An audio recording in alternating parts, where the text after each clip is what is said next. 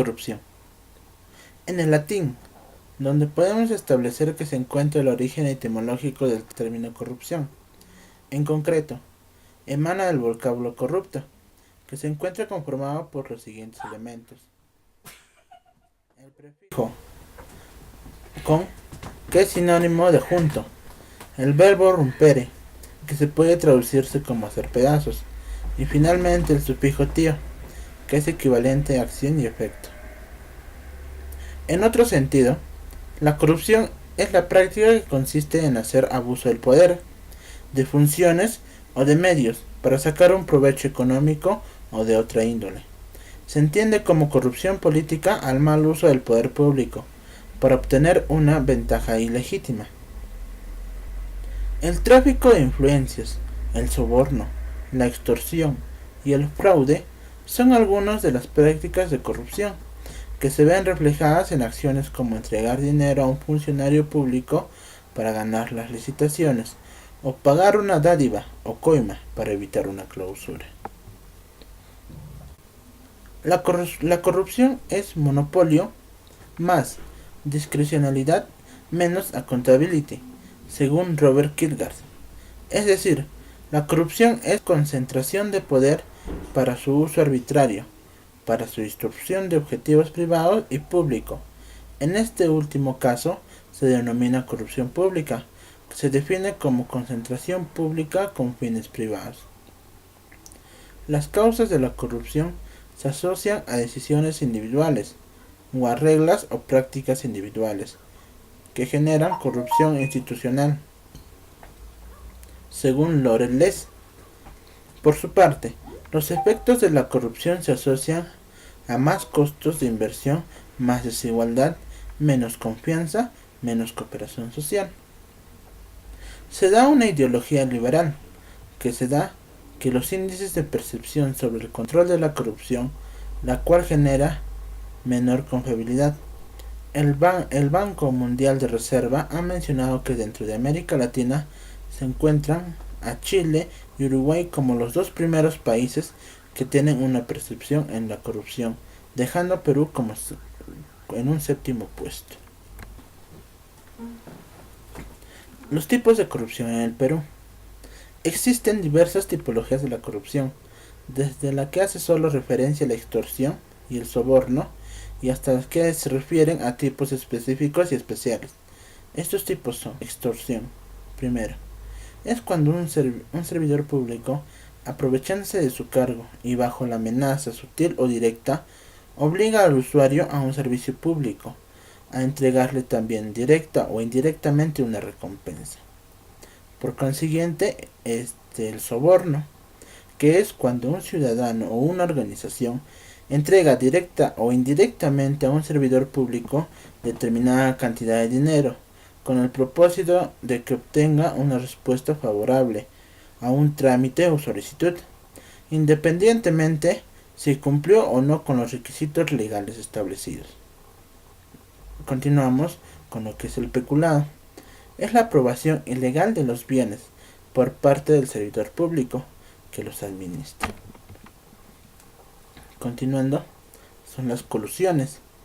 Es la asociación delictiva que realizan servidores públicos con contratistas, proveedores y arrendadores, con el propósito de obtener recursos y beneficios ilícitos a través de cursos amañados o sin realizar estas, que pueden ser adjudicaciones directas, a pesar de que así lo indique la ley o normatividad correspondiente. El fraude es cuando servidores públicos venden o hacen uso ilegal de bienes del gobierno que se les ha confiado para su administración.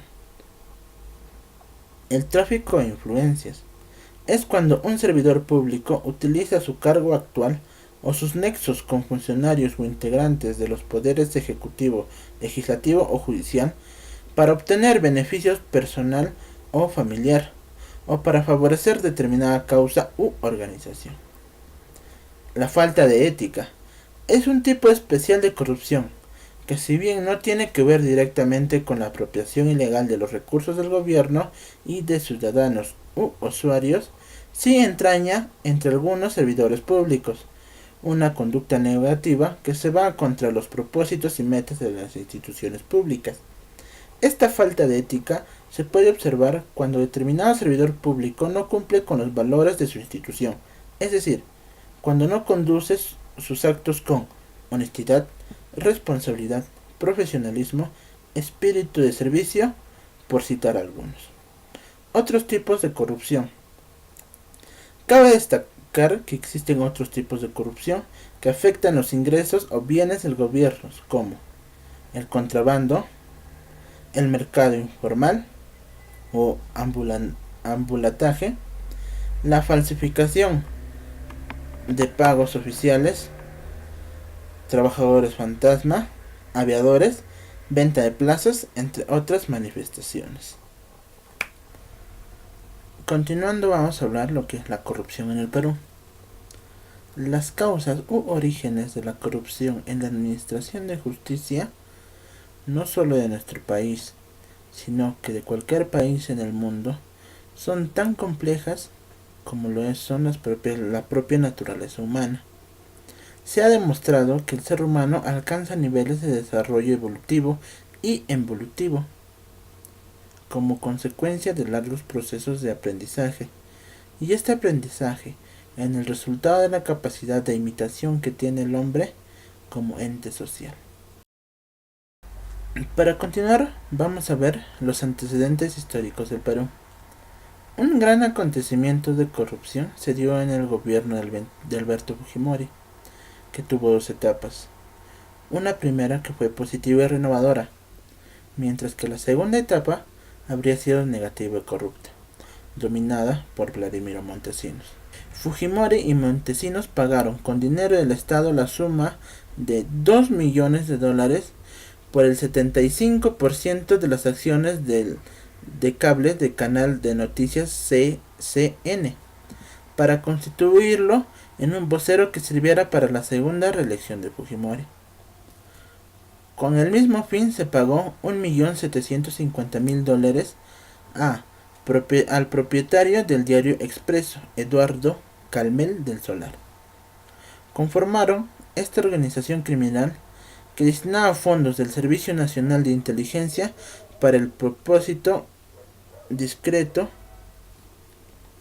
El expresidente Alberto Fujimori y el ex asesor Vladimiro Montesinos Torres y los comandantes generales de las Fuerzas Armadas José Villanueva Ruesta, Ejército, el Esbán Bello Velázquez, Fuerzas Aéreas, y Américo Ibacerna Amico, Marina de Guerra, conformaron esta organización criminal que destinaba fondos al Servicio Nacional de Inteligencia para el propósito discreto.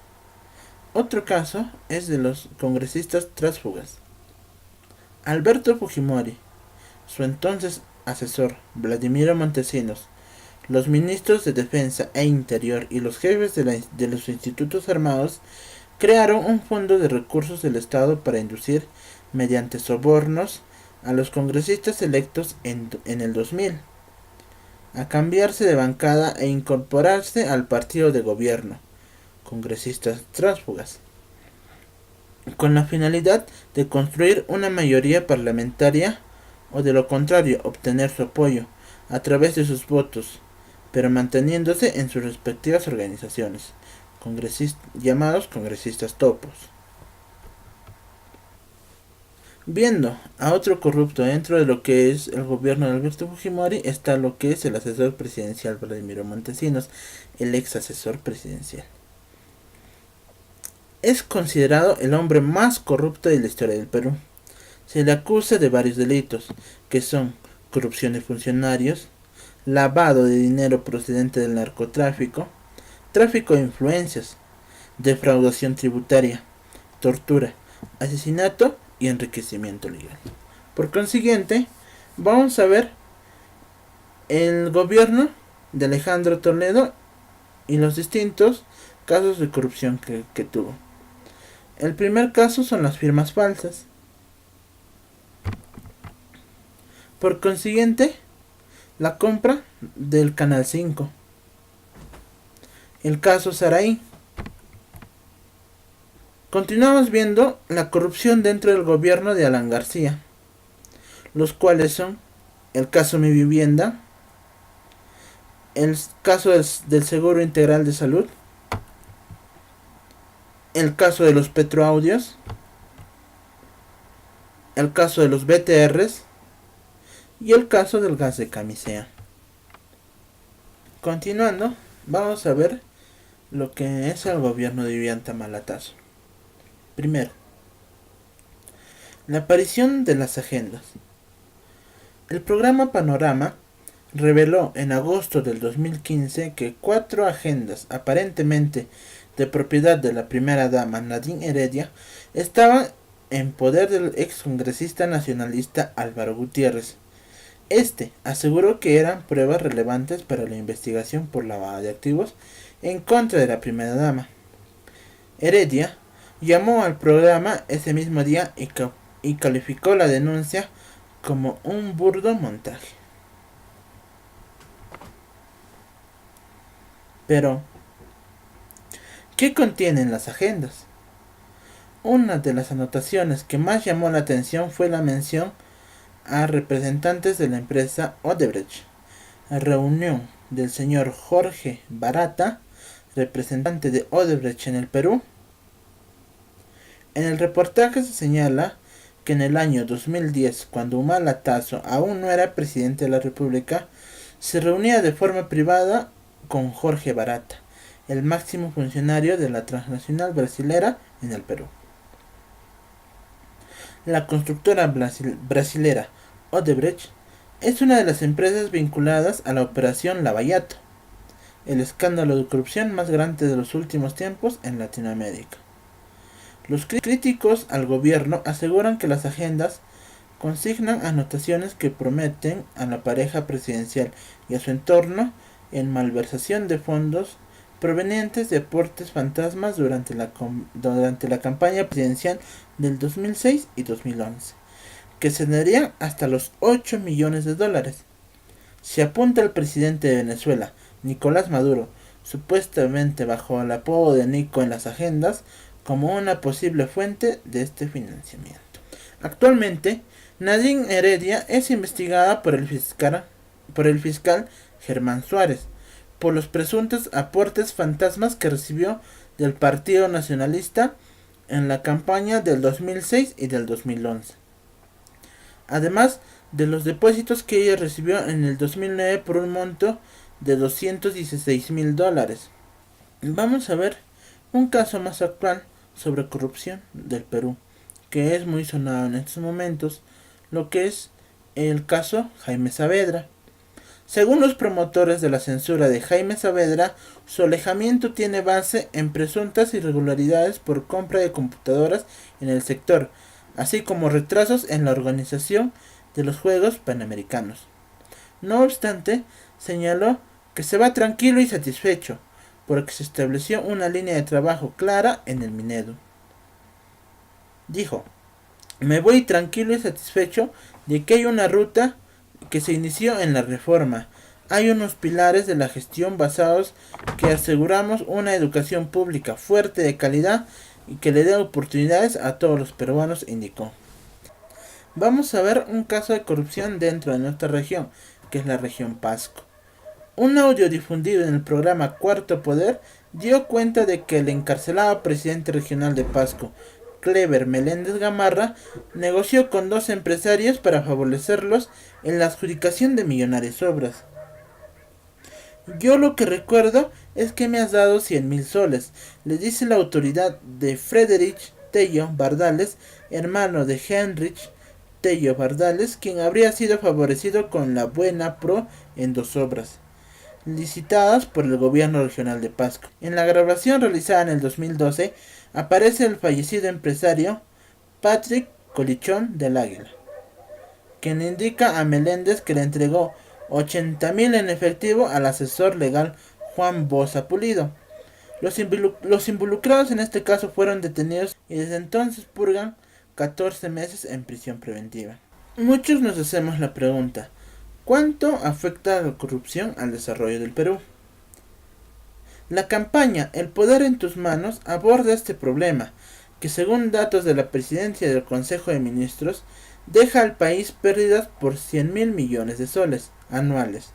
Los alcances de este flagelo se ven reflejados en datos de la Contraloría, ya que de los 1841 alcaldes que hay dentro del Perú, 1700 eran investigados al final de su mandato por posibles actos de corrupción, peculado, malversación de fondos y colusión. ¿Quiénes son los principales afectados? Esto genera, según expertos, desconfianza en el funcionario público, en la administración pública y como consecuencia en el Estado en general y en el sistema democrático. Las principales instituciones aquejadas por la corrupción son el sector educación, los gobiernos locales, donde no hay oficinas de control, el sector interior, la imagen de la policía está en entredicho y el Ministerio de Salud.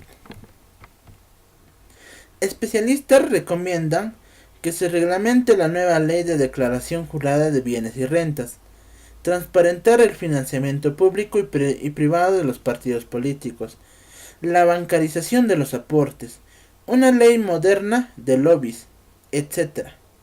También está pendiente la creación de una autoridad autónoma y especializada que vele por el derecho de acceso a la información pública, una forma en que la población pueda fiscalizar a sus autoridades.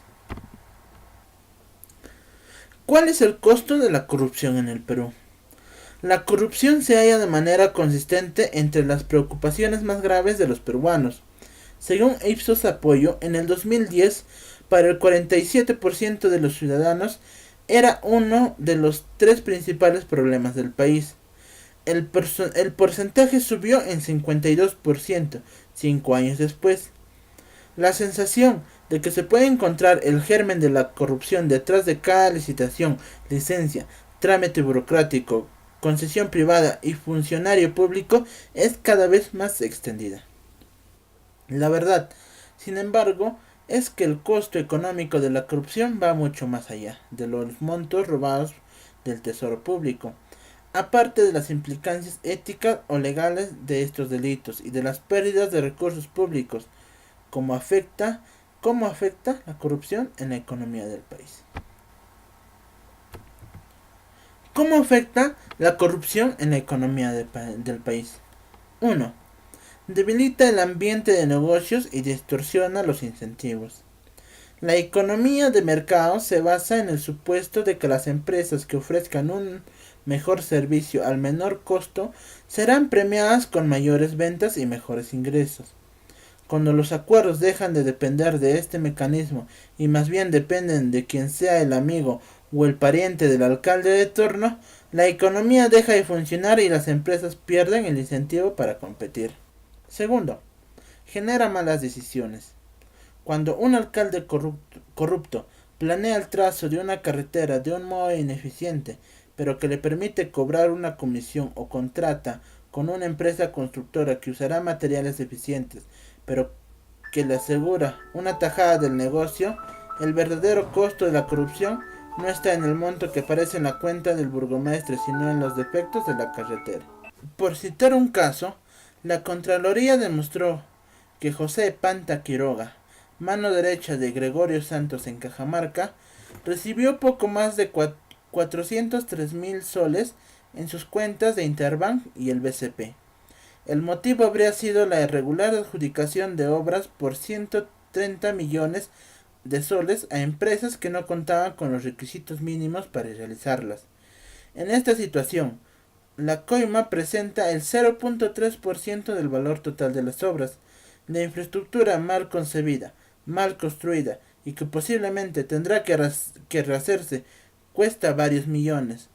Este posiblemente sea el costo escondido más importante de la corrupción, las malas decisiones que genera por la búsqueda de incentivos ilegales. Prosiguiendo con el tema, vamos a hablar sobre las leyes que se han promulgado a través de los años y los métodos para combatir la corrupción que se ha generado en el Perú. La ley número 29542, publicada el 22 de junio del 2010, esta ley nos habla de la protección al denunciante en el ámbito administrativo y de colaboración eficaz en lo penal.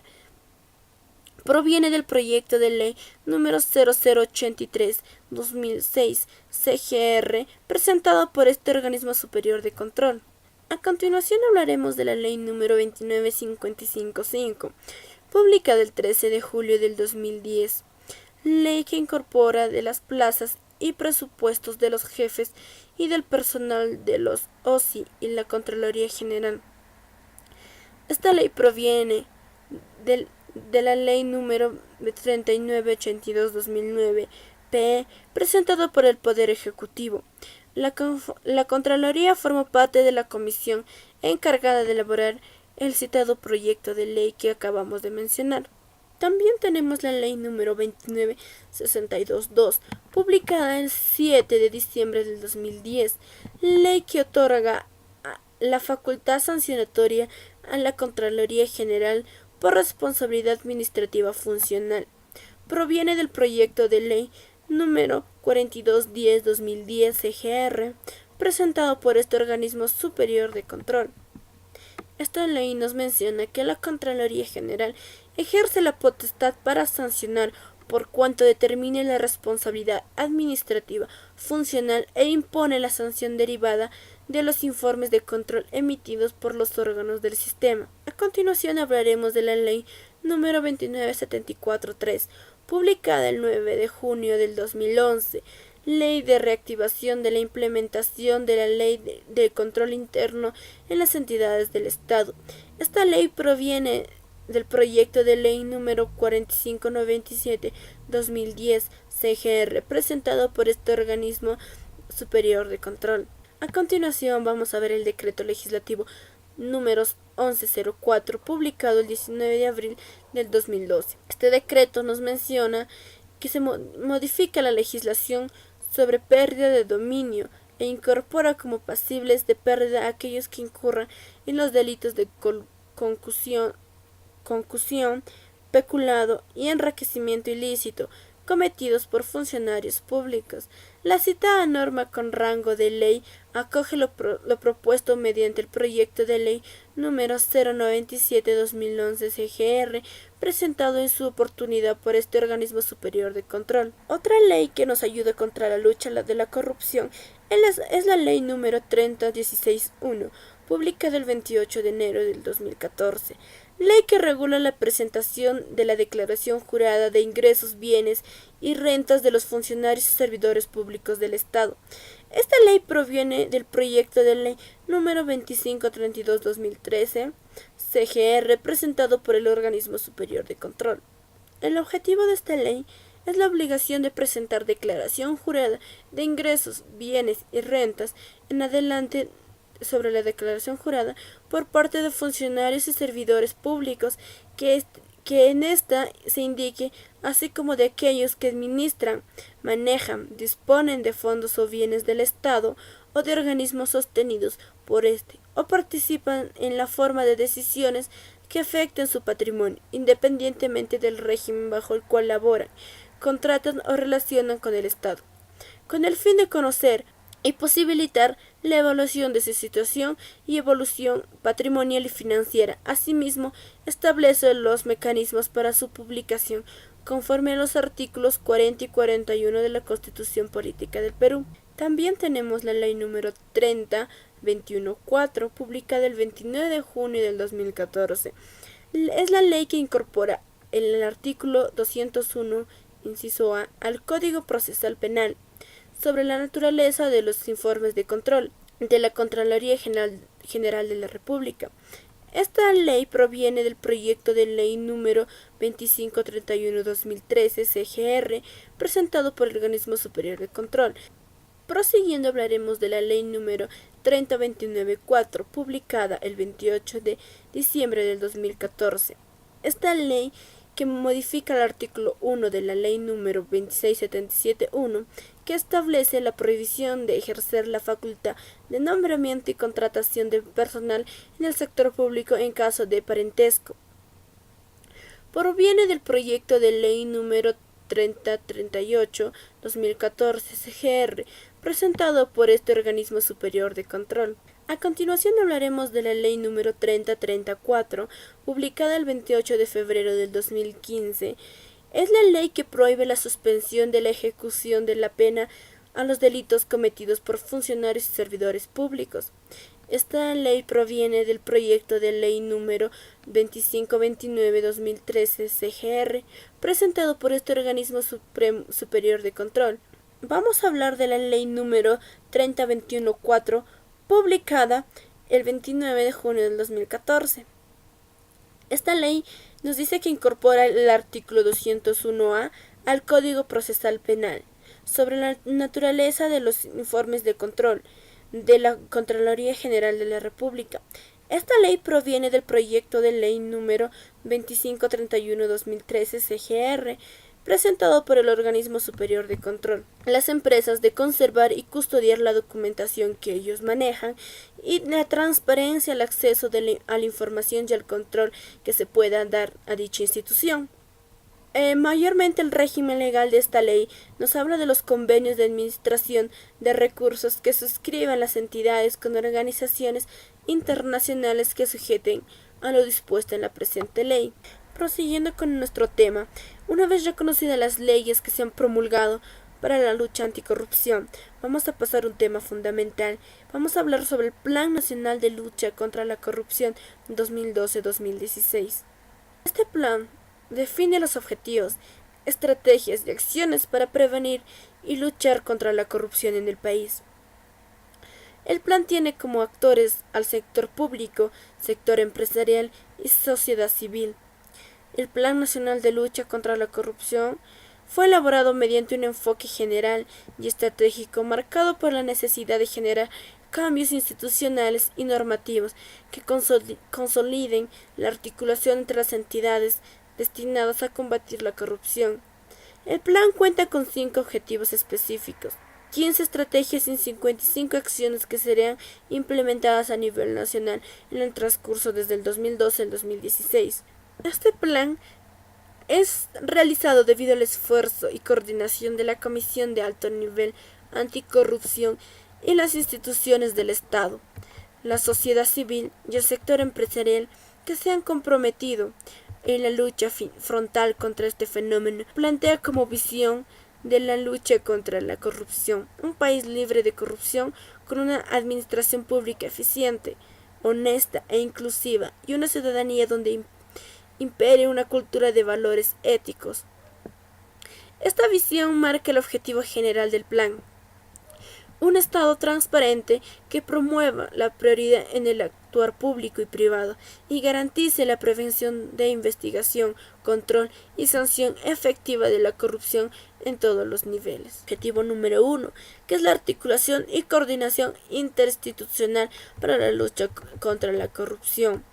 Se dan diversas estrategias para consolidar el proceso de interoperabilidad de las entidades públicas encargadas de la lucha contra la corrupción para facilitar el cambio de la información. Objetivo número 2, que es la prevención eficaz de la corrupción, que está integrada en la administración pública con un control interno, con la necesidad de fortalecer su cumplimiento en entidades públicas. Una ética pública también nos menciona sobre declaraciones juradas, rendición de cuentas, simplificación administrativa, para garantizar la eficiencia en la presentación de servicios públicos. En el objetivo número 3 nos dice la investigación y sanción oportuna y eficaz de la corrupción en el ámbito administrativo y judicial. Nos menciona que se dan tipos penales, que es la falta de regularidad en nuestro ordenamiento interno. Todos los tipos penales reconocidos en convenciones internacionales anticorrupción. También nos dice los procedimientos para la investigación y sanción penal. Si bien se cuenta en la actualidad con regulaciones específicas sobre aspectos que parten de convenciones internacionales anticorrupción, la definición de un funcionario público, la responsabilidad de las personas jurídicas, la percepción amplia, mecanismos para el embargo preventivo, incautación y decomiso, mecanismos para la protección de testigos y peritos y víctimas, entre otros. Dicha regulación requiere ser mejorada para así poder brindar una seguridad ciudadana a todas esas personas que quieran denunciar un acto de corrupción. También nos menciona que recientemente la implementación del Código Procesal Penal debe ser mejorada, incluyendo la ley de pérdida de dominio de bienes relacionados a la corrupción reciente, el plan contra el lavado de dinero de reciente aprobación e implementación.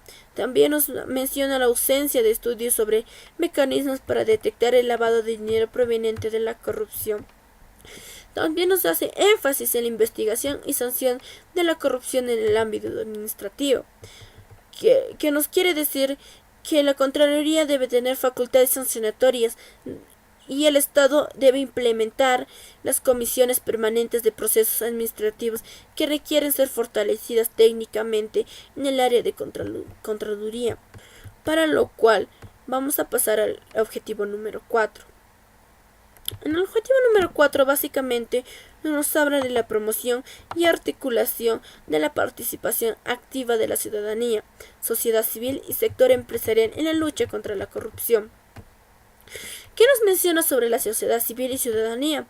Nos dice que tenemos una ausencia de una política definida para promover la participación y transparencia al acceso a la información y vigilancia ciudadana para la lucha contra la corrupción. También nos habla de un marco legal sobre la participación ciudadana desenfadado que requiere ser revisado, actualizado y concordado con normas posteriores. Dice que el sector empresarial debe incrementar la percepción de la corrupción. Una encuesta proética realizada en 2012 nos dice que las iniciativas para la promoción de la ética en el empresario deben ser desarrolladas principalmente por gremios como la COFIEP, que son códigos de ética de Pacto Mundial de las Naciones Unidas, entre otros códigos que existen, que requieren ser extendidas y fortalecidas. También nos dice que poseemos débil publicidad de empresas sancionadas por actos de corrupción, que falta la necesidad de fortalecer y extender iniciativas privadas de sanción de la corrupción, mecanismos de denuncia y protección a los denunciantes.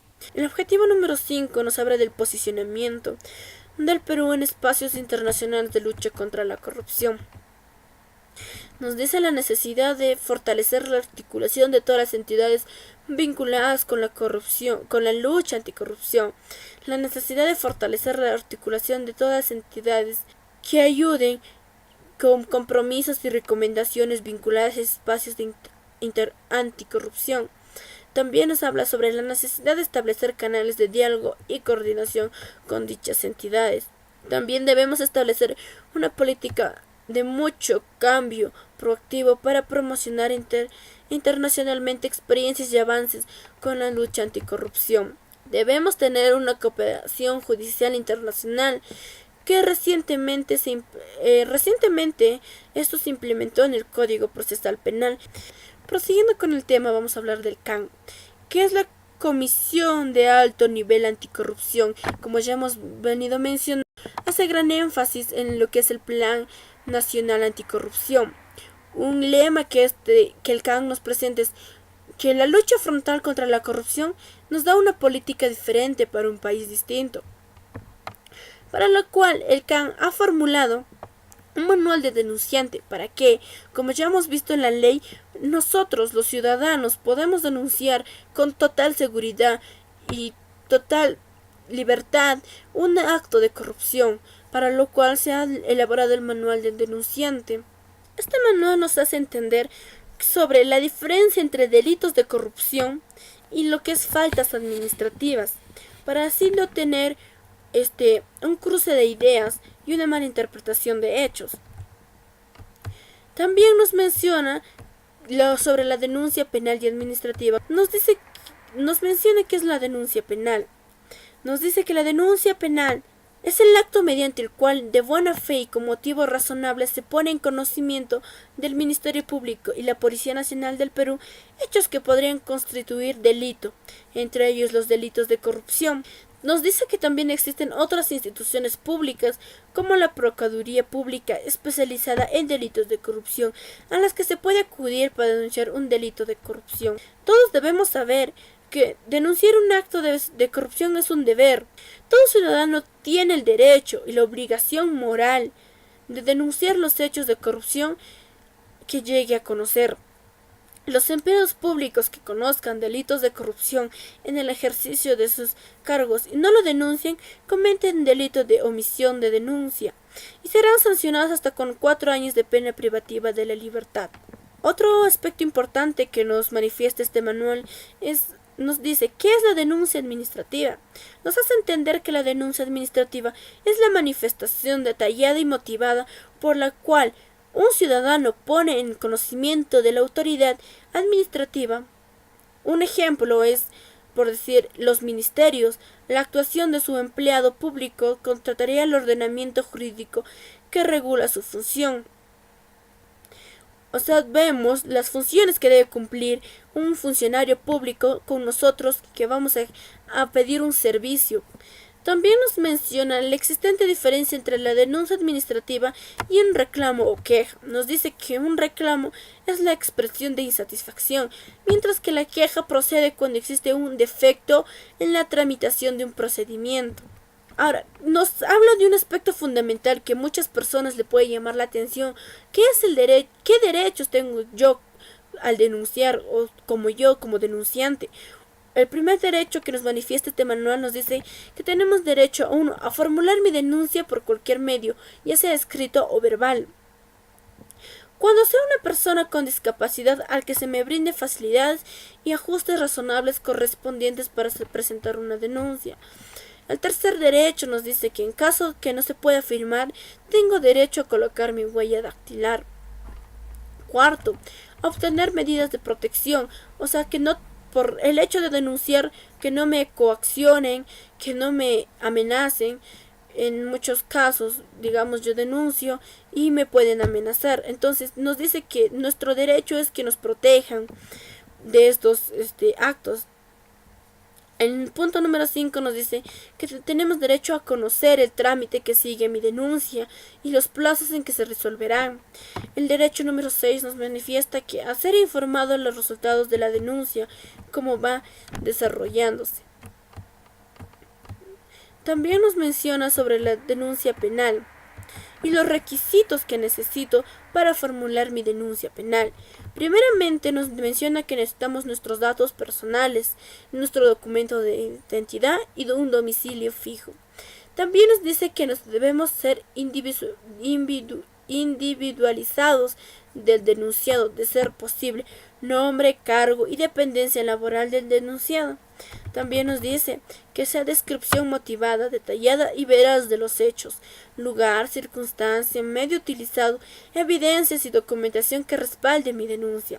Y por último, nuestra firma o huella dactilar en el ser del caso. Otro aspecto fundamental que nos dice este manual es ¿dónde puedo presentar mi denuncia penal?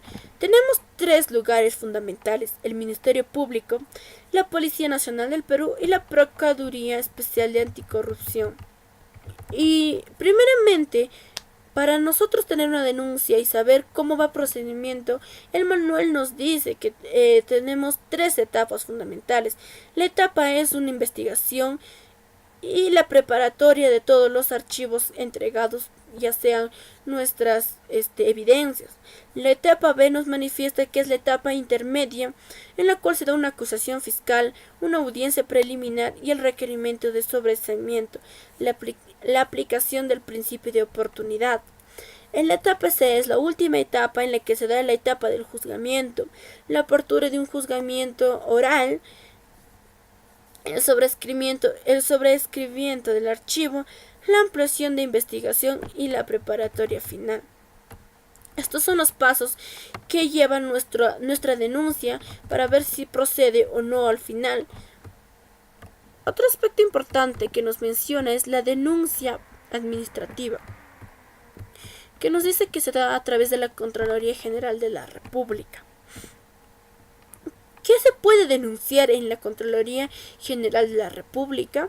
Se puede denunciar irregularidades en obras públicas, incumplimiento de plazos, sin contar con un estudio previo, defectos de construcción, obras sobrevaluadas, entre otras. También se puede denunciar irregularidades de adquisición de Estado. Otras irregularidades como la contratación de familiares directos, por decir el alcalde contrata a su esposa, a sus hijos, a sus tíos, sobrinos, cuñados. Pagos por servicios no realizados, contratación de personal que no cumple el perfil requerido y utilización indebida de materiales de construcción y maquinaria. Este manual nos ayuda a saber también que si nosotros queremos denunciar en la CGR, que es con la Contraloría General de la República, debemos apersonarnos a 4 fundamentales espacios. El manual nos ayuda a saber también que si nosotros queremos denunciar a través de la CGR, tenemos 4 lugares en donde hacernos: en la gerencia de SINAD, las oficinas de coordinación regional OCR, las oficinas regionales de control ORC, el órgano de control constitucional OC.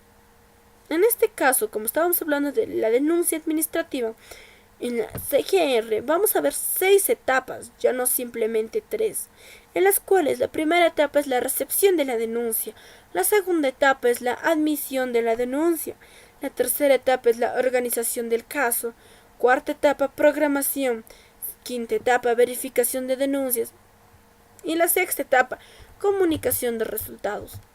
Un tercer tipo de denuncia que nos manifiesta este manual es denuncia de ministerios, en la cual nosotros, ¿qué podemos denunciar? Podemos denunciar hechos contrarios a la ley del Código de Ética de la Función Pública, su reglamento y el Código de Ética de la Función Pública del Ministerio de Cultura. Esta denuncia procede de 3 pasos fundamentales, que es la recepción de la denuncia, la investigación, evaluación y la calificación de la gravedad de la infracción. Y por último, vamos a ver si la Comisión Especial de Procesos Administrativos Disciplinarios encuentra indicios de sanción ante la denuncia. Básicamente, esta denuncia se da de forma escrita, de vía web o vía telefónica.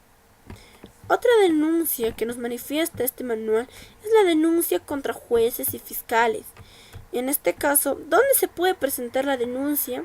Se presenta ante la Mesa de Parte de Fiscalía Suprema del Control Interno, la FSI, o las oficinas desconcertadas del Control Interno del Ministerio Público.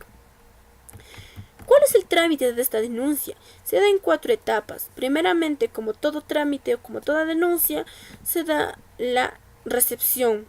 Posteriormente se da la investigación, en donde se rechaza o se archiva la denuncia para volverla a investigar. De no ser así, de no encontrarse indicios de responsabilidad, se emite resolución que declara infundada la denuncia. Y de encontrarse indicios que sí ha sido responsable, la Fiscalía de la Nación declara que sí es fundada la denuncia. Un aspecto muy importante de este manual que nos da la seguridad de denunciar son las medidas de protección a los denunciantes y testigos, para lo cual lo primero que nos dice en el ámbito administrativo es que la CGR podrá brindar al denunciante las siguientes medidas de protección y los beneficios: reserva de identidad, prohibición de que sea cesado, depende o removido de su cargo, solo aplica el empleado público denunciante, reducción gradual de la sanción, recompensa en caso de los hechos denunciados constituyan una infracción sancionada con multa hasta con un 50% de efectivamente la denuncia que se ha hecho. También en el ámbito penal nos da una seguridad sobre la protección policial que nos pueden brindar, el cambio de residencia en caso que la denuncia sea algo más grande, la ocultación del paradero de la persona denunciante, reserva de identidad y datos personales, utilización de cualquier procedimiento que imposibilite su identificación visual en diligencias que se practiquen, fijación como domicilio o efectos de la notificación y citaciones, la sede de fiscalía competente. También se da la utilización de medios tecnológicos para preservar va a preservar nuestra seguridad. Excepcionalmente, se da una nueva identificación y un nuevo lugar de trabajo. En el caso de que el colaborador se encuentre en un centro penitenciario, se le deberá ubicar en un ambiente que garantice su seguridad e integridad física. ¿Qué nos da prosiguiendo contra las medidas anticorrupción? Vamos a ver lo que se nos depara este 2017. La bancada de Peruanos por el Cambio ha manifestado que va a establecer la responsabilidad penal de las personas jurídicas en los delitos de cohecho activo y lavado de activos. También eliminan la posibilidad de que el Estado siga utilizando los arbitrajes de ad hoc y solo se lleve a cabo institucionalidades arbitrales registradas. Ello permitirá un mayor control que considera quienes son los árbitros, se cautelan los expedientes y se publicarán los laudos. También manifiesta que se establece la obligatoriedad de incorporar una cláusula anticorrupción en los contratos de Estado. También nos menciona que se prohíbe el ingreso o permanencia a la carrera judicial y fiscal a quienes tiene sanción disciplinaria. Esta medida busca modificar la ley orgánica del Consejo Nacional de Magistratura para impedir que aquellos jueces o fiscales que tienen un cúmulo de sanciones disciplinarias formen parte del sistema de justicia. También prohíbe el acceso y ratificación de jueces que registren faltas graves. También nos dice que incorporará el prevaricato agravado en delitos de tráfico ilícito de drogas, minería ilegal, asociación ilícita para delinquir, corrupción de funcionarios, lavado de activos y criminalidad organizada. En un sorpresivo mensaje a la nación, el presidente Pedro Pablo Kuczynski dio a conocer los planes de gobierno para la lucha contra la corrupción. No sin antes mencionar su sentir en torno al caso de su ex asesor Carlos Moreno, por los presuntos actos de corrupción en el sector salud. He tenido una inmensa decepción al ver lo que ha pasado con uno de mis asesores del sector salud. Esa persona traicionó mi confianza. La respuesta del Ejecutivo se basa en 5 acciones. El primero de ellos partirá desde el gabinete ministerial, que estará a cargo de la reorganización del entorno del presidente y de establecer nuevos parámetros para elegir a los asesores reemplazantes. He ordenado una revisión exhaustiva del despacho presidencial. Le he pedido al presidente del Consejo de Ministros que realice una propuesta de reorganización del despacho, incluyendo los parámetros para elegir a asesores. En otro punto, cada ministro evaluará su círculo de confianza y de labores, a fin de detectar posibles malos elementos.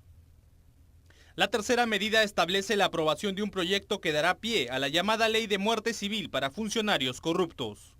Este miércoles aprobaremos en el Consejo de Ministros un proyecto de ley de muerte civil para los corruptos. Es decir, quien haya sido sentenciado por casos de corrupción nunca más podrá volver a trabajar en el Estado, sea en el gobierno central, en las municipalidades o las regiones. A esta propuesta se suma la próxima reunión solicitada por el gobierno con la presidenta del Congreso, Luz Salgado, y el titular del Poder Judicial, Víctor Ticona. La quinta acción mencionada por el presidente Kuczynski establece la creación de una comisión que le reportará directamente al mandatario las medidas legislativas y de gestión para la lucha contra la corrupción. El plazo para que el Grupo Presidencial de Integridad remita lo solicitado es de 1 mes y medio. Los corruptos opondrán resistencia, lo sé, pero los venceremos. Mi compromiso con ustedes es liderar esta lucha. Los necesito a todos conmigo en esta lucha. Sin duda, una dura batalla que ha iniciado el gobierno y que en el marco de sus primeros 100 días muestra un largo camino.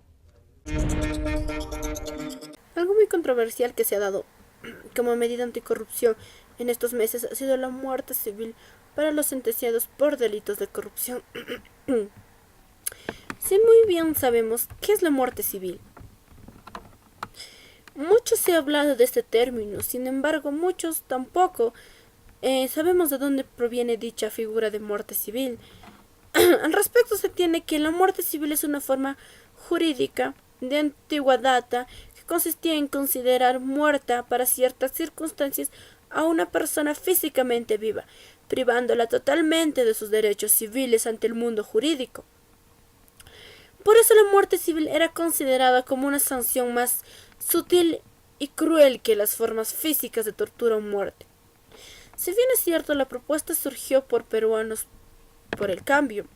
Ahora bien, Pedro Pablo Kuczynski se ha comprometido a aprobar el marco normativo de la referida muerte civil, que de esta manera el funcionario corrupto no puede ejercer ningún cargo público.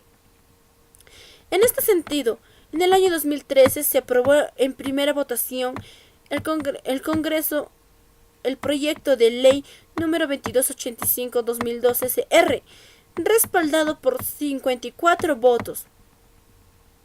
Sin embargo, aún dicho proyecto queda pendiente en su aprobación en segunda votación. Lo que se pretende con este proyecto de ley es la creación del registro de deudores de repartición civiles por delitos en agravio del Estado. Así, dicha inscripción en el registro tendrá como objetivo el impedimento de ejercer un cargo público para los deudores. Tampoco se permitirá que puedan postular a cargos públicos a través de elección popular cuando no calcen la totalidad de deuda, para cumplir a cabalidad con ello. Se ha propuesto que los funcionarios a la hora de contratar a un nuevo personal deban revisar el referido registro. Los motivos de esta ley son fundamentales. El objetivo fundamental es la iniciativa legislativa que tiene por objetivo enfrentar la corrupción cometidos por el funcionario y servidores públicos para que quienes adicionalmente a ser sentenciados por delitos de corrupción se les imponga la pena de inhabilitación definitiva de manera que nunca más ejerzan cargos públicos. Marco legal. Esta ley de convención es Interamericana contra la Corrupción, Convención de las Naciones Unidas contra la Corrupción, Constitución Política del Perú, el Código Penal, la Ley número 29277 de Ley de la Carrera Judicial. Como bien sabemos, la Ley de Muerte Civil fue aprobada el sábado 22 de octubre. El Poder Ejecutivo publicó ese día la Ley de Muerte Civil en el marco de las facultades legislativas delegadas por el Congreso en materia de lucha anticorrupción. Frente a este hecho ha surgido distintas interrogantes, como una de ellas es ¿cuál es el objetivo de esta ley? ¿Los alcances de la norma son suficientes para lograr tales objetivos? ¿A quiénes se aplicará esta ley? Veamos que el decreto legislativo número 1243 tiene como finalidad evitar que las personas condenadas por graves casos de corrupción retornen a la administración pública. Para ello, la ley establece la modificación de varios artículos del Código Penal y el Código de Ejecución Penal, con el único objetivo de aumentar el plazo de duración de la inhabilitación que el juez impone a la condena de manera complementaria a la pena de prisión. También incorpora la inhabilitación perpetua para los delitos cometidos contra la administración pública. Asimismo, creará el registro único de condenados inhabilitados. La cuestión es si a través de estas medidas se logrará cumplir con el objetivo que busca dicha ley. Básicamente vamos a basarnos en la pregunta ¿en qué consiste la pena de inhabilitación? Según el Acuerdo Plenario número 2/2008 del Poder Judicial, la pena de inhabilitación es la privación o suspensión de uno o más derechos políticos, civiles y profesionales a la persona que infringe su cargo o abusa de su posición de poder delinquir, es decir, la pérdida del derecho a participar en la administración pública. Esta inhabilitación puede ser principal, temporal o perpetua para siempre. Por ejemplo, un ministro se vale de su función para apropiarse de bienes del Estado que le fueron asignados para un fin determinado. Este ministro estará cometiendo el delito de peculado, por lo que el juez lo condena y lo sanciona con una pena no solo de prisión, sino también de inhabilitación principal, según los incisos 1, 2 y 8 del artículo 36 del Código Penal. La inhabilitación tiene una finalidad preventiva debido a que busca alejar el condenado de aquella posición o situación que puede volver a ser usada para seguir afectando al Estado. Una de las interrogantes también que se han generado a través de esta ley es que si se cumple con el objetivo de la ley. Según el artículo 38 del Código Penal, la duración de la pena de inhabilitación era de 6 meses a 10 años. Sin embargo, con la modificación de la ley irá de 5 a 20 años. Con el decreto legislativo 1243 también se incorpora en el artículo 38 la inhabilitación perpetua, la cual se dará solo en 2 situaciones, y cuando la acción delictiva sea sobre bienes o ganancias que superen los 15 UITs. Estas situaciones son cuando el actor del delito actúe como integrante de una organización criminal o cuando la conducta delictiva recaiga sobre los programas con fines asistenciales, como el ejemplo Caliwarma. Se hizo la pregunta al abogado Carlos Caro que si la ley de muerte civil cumple de forma parcial el objetivo de la ley debido a que solo prevé la pena de inhabilitación perpetua para los casos graves de corrupción en organizaciones criminales y en programas con fines asistenciales.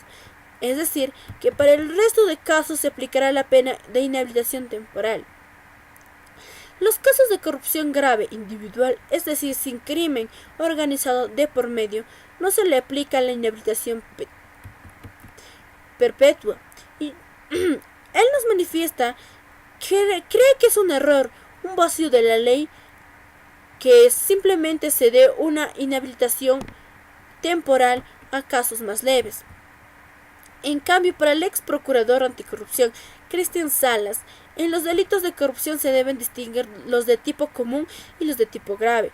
Para los graves, como el caso de la organización criminal y de los delitos que recaen sobre bienes de uso asistencial por montos superiores a los 15 OITs.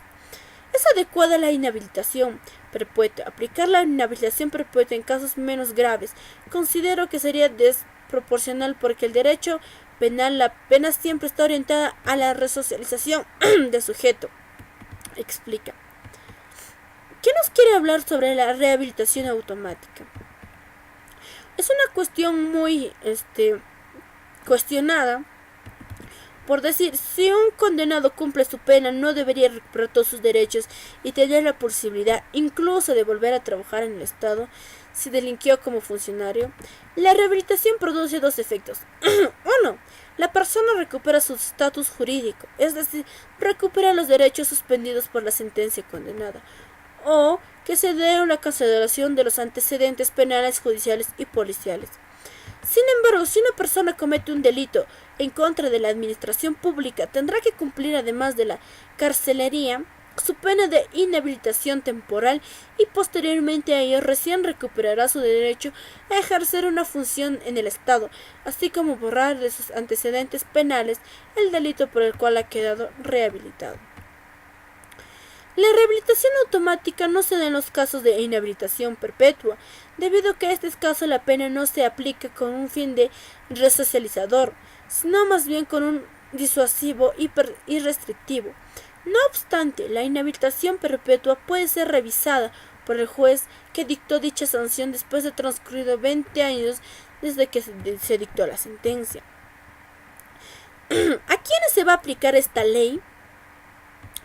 Esta ley se aplica tanto a los funcionarios como funcionarios públicos o privados, es decir, la nueva ley modifica diversos artículos del Código Penal, entre ellos algunos que contienen delitos cometidos únicamente por funcionarios públicos, pero también otros como el que sanciona el delito de tráfico de influencias, que está en el artículo 400 del Código Procesal, que puede ser cometido tanto por un ciudadano común y corriente o como por un funcionario, es decir, el presidente en la instalación de la Comisión Presidencial de Integridad dijo que iba a proponer que la muerte civil se aplique a particulares. Sin embargo, esto es un error, porque el decreto legislativo número 1243 ya trae consigo la inhabilitación de las personas particulares.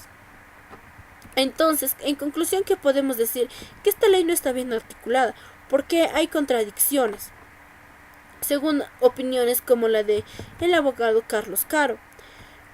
Pero otra pregunta que surgió es si la medida suficiente es una medida suficiente para combatir la corrupción estatal. En conclusión, el decreto legislativo número 1243 cumple su objetivo de formar de forma parcial en la medida en que evita de por vida o en los periodos largos que malos funcionarios regresen al Estado al que defraudaron. Pero esto solo es un primer paso para luchar contra la corrupción en el Estado. Si se quiere enfocar seriamente la corrupción estatal, tenemos que ingresar al debate sobre la introducción de oficiales de cumplimiento a las entidades públicas. Estas medidas preventivas van a salir más baratas que enfrentar casos de corrupción.